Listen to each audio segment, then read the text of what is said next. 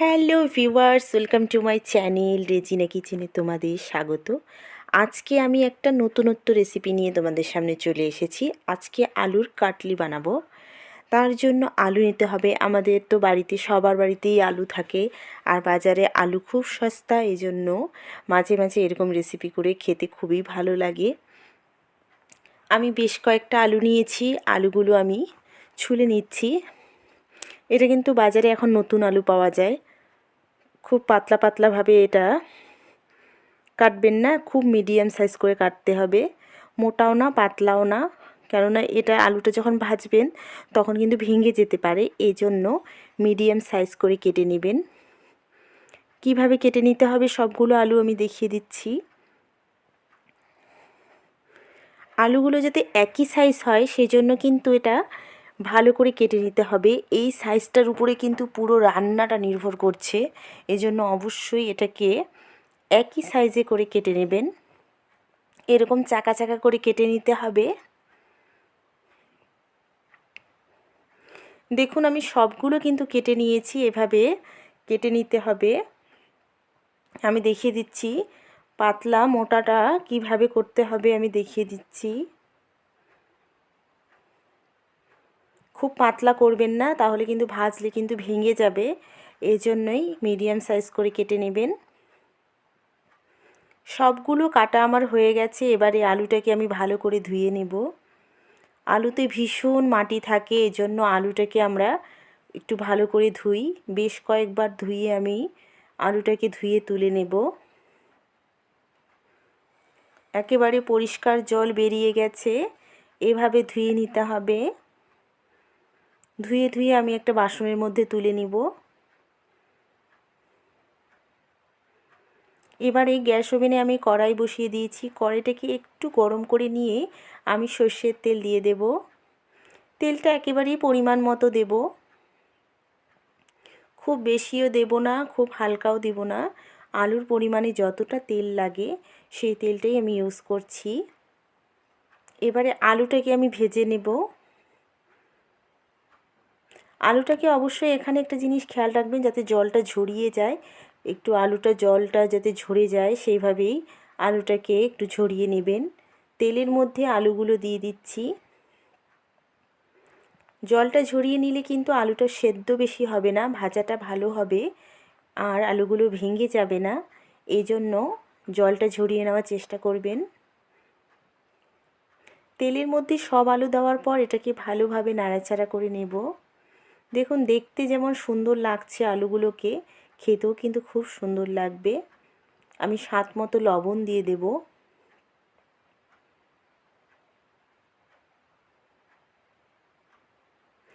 আমি কিন্তু এখানে হলুদ কোনোভাবে ইউজ করছি না, শুধু লবণ দিয়ে আলুটাকে ভেজে নিতে হবে।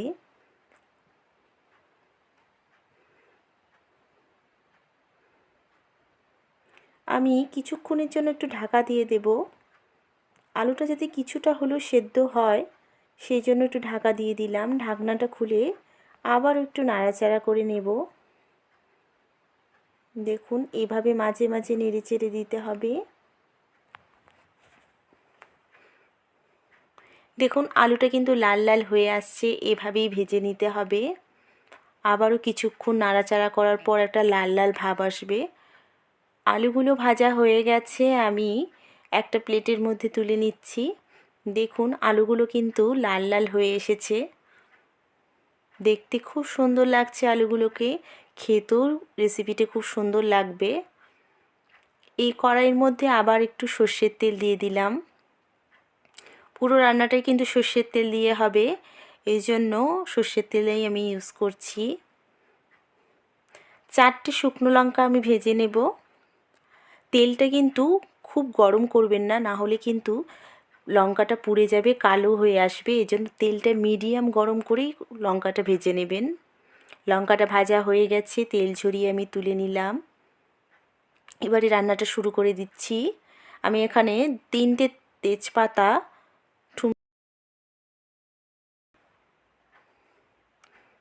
সামান্য জিরে, গোটা জিরে দিয়ে দিলাম। এটা ফোড়ন দিচ্ছি। এই গোটা জিরে তেলের মধ্যে ভাজলে কিন্তু খুব সুন্দর একটা সেন্ট আসে, আমার এটা খুব ভালো লাগে সেন্টটা। কিছুক্ষণ ভাজবো, মিডিয়াম ফ্লেমে ভেজে নেব, না হলে পরে গোটা জিরেটা কিন্তু পুড়ে যাবে, সেই জন্য মিডিয়াম ফ্লেমেই ভাজার চেষ্টা করবেন। পেঁয়াজ কুচিগুলো দেওয়ার পর এটাকে নাড়াচাড়া করে নিচ্ছি। আমি এখানে একটা ইম্পর্টেন্ট কথা বলে দিচ্ছি, এই আলুর কাটলেটে আপনারা পেঁয়াজ ইউজ নাও করতে পারেন, আবার করতেও পারেন। দুরকম করে রান্না করা যায়, পেঁয়াজ ছাড়াও রান্না করা যায়। যারা পেঁয়াজ খেতে কম ভালোবাসেন তারা অবশ্যই পেঁয়াজ ছাড়াও এটা তৈরি করতে পারেন। আমার পেঁয়াজ ভীষণ ভালো লাগে, তাই আমি পেঁয়াজ অ্যাড করলাম। পেঁয়াজটাকে একটু লাল লাল করে ভেজে নেব। কিছুক্ষণ ভেজে নেওয়ার পর আমি কি দিতে হবে দেখিয়ে দিচ্ছি। এবারে টমেটো, 3টে টমেটো আমি কুচি কুচি করে কেটে নিয়েছি। আমি এখানে টমেটোকে গ্রেটার করতে পারতাম, কিন্তু টমেটোটা এমনিতেই সেদ্ধ হয়ে গলে যাবে, এই জন্য আমি গ্রেটার করিনি। আপনারা চাইলে টমেটোগুলো গ্রেটারও করে নিতে পারেন, তাতে কোনো অসুবিধা নেই, রান্নাটা একটু তাড়াতাড়ি হবে গ্রেটার করে নিলে। আমি গ্রেটার করিনি, আমি এরকম করে ছোট ছোট করে কেটে নিয়েছি। 1 চামচের মতো লবণ দিয়ে দিলাম। লবণ দেওয়ার পরে কিন্তু টমেটোটা সেদ্ধ হয়ে যায়, একটু জল বেরিয়ে আসে, সেদ্ধটা খুব ভালো হয়। 1/2 চা চামচের মতো হলুদ গুঁড়ো দিয়ে দিলাম। সব কিছু কিন্তু টমেটোর পরিমাণের উপরেই আমি উপকরণগুলো দিচ্ছি। দেওয়ার পর এটাকে নাড়াচাড়া করব। আদা রসুন বাটা দিয়ে দিচ্ছি 1 চা চামচ। আদা রসুনের পর কিন্তু সেন্টটা খুব সুন্দর বেরিয়েছে। দেখুন একেবারে টমেটোটা কিন্তু এখন সেদ্ধ হয়ে যাচ্ছে। আমি 2টো লঙ্কা কুচি কুচি করে কেটে দিচ্ছি। আপনারা চাইলে এর থেকে ঝাল বেশিও দিতে পারেন। আমি কিন্তু এখানে 2 ধরনের লঙ্কা ইউজ করেছি, কাঁচা লঙ্কা, শুকনো লঙ্কা দুটোই আমি ইউজ করব। দুটোর ফ্লেভারই খুব ভালো আসে। শুকনো লঙ্কাগুলো কিন্তু মুচমুচে হয়েছে। আমি একটা প্লেটের মধ্যে এভাবে হাত দিয়ে এভাবে করে নেব। আবার এটাকে নাড়াচাড়া করে নিচ্ছি। টমেটো থেকে অনেকটাই জল বেরিয়েছে, এটা দিয়েই সেদ্ধ হয়ে যাবে। টমেটোটা যাতে গলে যায়, ভালো রকম একটু কষা হয়, সেই জন্য সময় নিয়ে অবশ্যই এটা একটু নেড়ে চেড়ে নেবেন। সামান্য জল অ্যাড করলাম যাতে টমেটোটা সেদ্ধ হয়, কষা হয়। এটাকে কিন্তু 2-3 বার জল দিয়ে টমেটোটাকে ভালো করে কষে নেবেন। এই কষাটার উপরেই কিন্তু আলুর কাটলিটা নির্ভর করছে টেস্টটা, এই জন্য অবশ্যই এটাকে সামান্য জল দিয়ে এটাকে কষে নেবেন। আলুর কাটলি কিন্তু ঝাল ঝাল খেতে ভীষণ ভালো লাগে, এই জন্য এটা ঝাল ঝালই হবে। আমি কিছুক্ষণের জন্য ঢেকে দিয়েছি, ঢাকনাটা খুলে নিলাম, আবারও নাড়াচাড়া করে নিচ্ছি। দেখুন একেবারে টমেটোগুলো সেদ্ধ হয়ে গেছে, কষাও প্রায় হয়ে যাচ্ছে। এভাবে দেখুন, এভাবে কষে নিতে হবে। খুব সুন্দর একটা সেন্ট বেরিয়েছে। এটা দেখতে যেমন সুন্দর লাগে, খেতেও কিন্তু দুর্দান্ত সুস্বাদু। এই জন্য অবশ্যই এটাকে সময় নিয়ে একটু ধৈর্য সহকারে তৈরি করবেন। আমি কিছুটা জল দিয়ে দিলাম। এবারে আলুগুলো এরপরে দিয়ে দেব।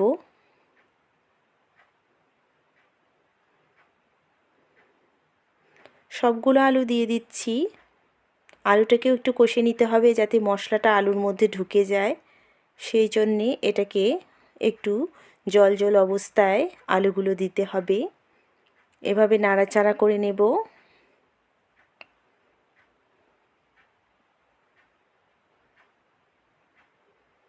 দেখুন এভাবে কষে নিতে হবে। এবারে শুকনো লঙ্কাগুলো আমি দিয়ে দিচ্ছি। আমি কিন্তু কাঁচা লঙ্কা ইউজ করেছি, তারপরে শুকনো লঙ্কা দিলাম, এর ফ্লেভারটা খুব সুন্দর আসবে, খেতেও ভালো লাগবে, এই জন্য 2 ধরনের লঙ্কা আমি ইউজ করেছি। এটা ঝালঝালই হবে, এই জন্য একটু লঙ্কাটা বেশি দিলেও কোনো অসুবিধা নেই। একেবারে কিন্তু রেডি হয়ে আসছে আমার। কিছুক্ষণের জন্য ঢাকনা দিয়ে দিয়েছিলাম, ঢাকনাটা খুলে দেখুন আমার একেবারে রেডি হয়ে গেছে আলুর কাটলি। আমি একটা বাটিতে সার্ভ করে নিচ্ছি। আপনারা রুটি, পরোটা, পোলাও, বিরিয়ানি, ফ্রাইড রাইসের সঙ্গেও খেতে পারেন, খুব ভালো লাগবে এগুলোর সঙ্গে খেতে। আর আপনারা বাড়িতে এটা অবশ্যই তৈরি করুন। আর আমার ভিডিওগুলো আপনারা খুব বেশি করে ভিউজ করুন। আর এখনও যারা আমার চ্যানেলকে সাবস্ক্রাইব করেনি তারা প্লিজ আমার চ্যানেলকে অবশ্যই সাবস্ক্রাইব করুন, বেল আইকনটা ক্লিক করে দিবেন। ভিডিওগুলো ফ্যামিলি ফ্রেন্ডদের সঙ্গে শেয়ার করুন। ভিডিও দেখার জন্য আপনাদেরকে অনেক ধন্যবাদ।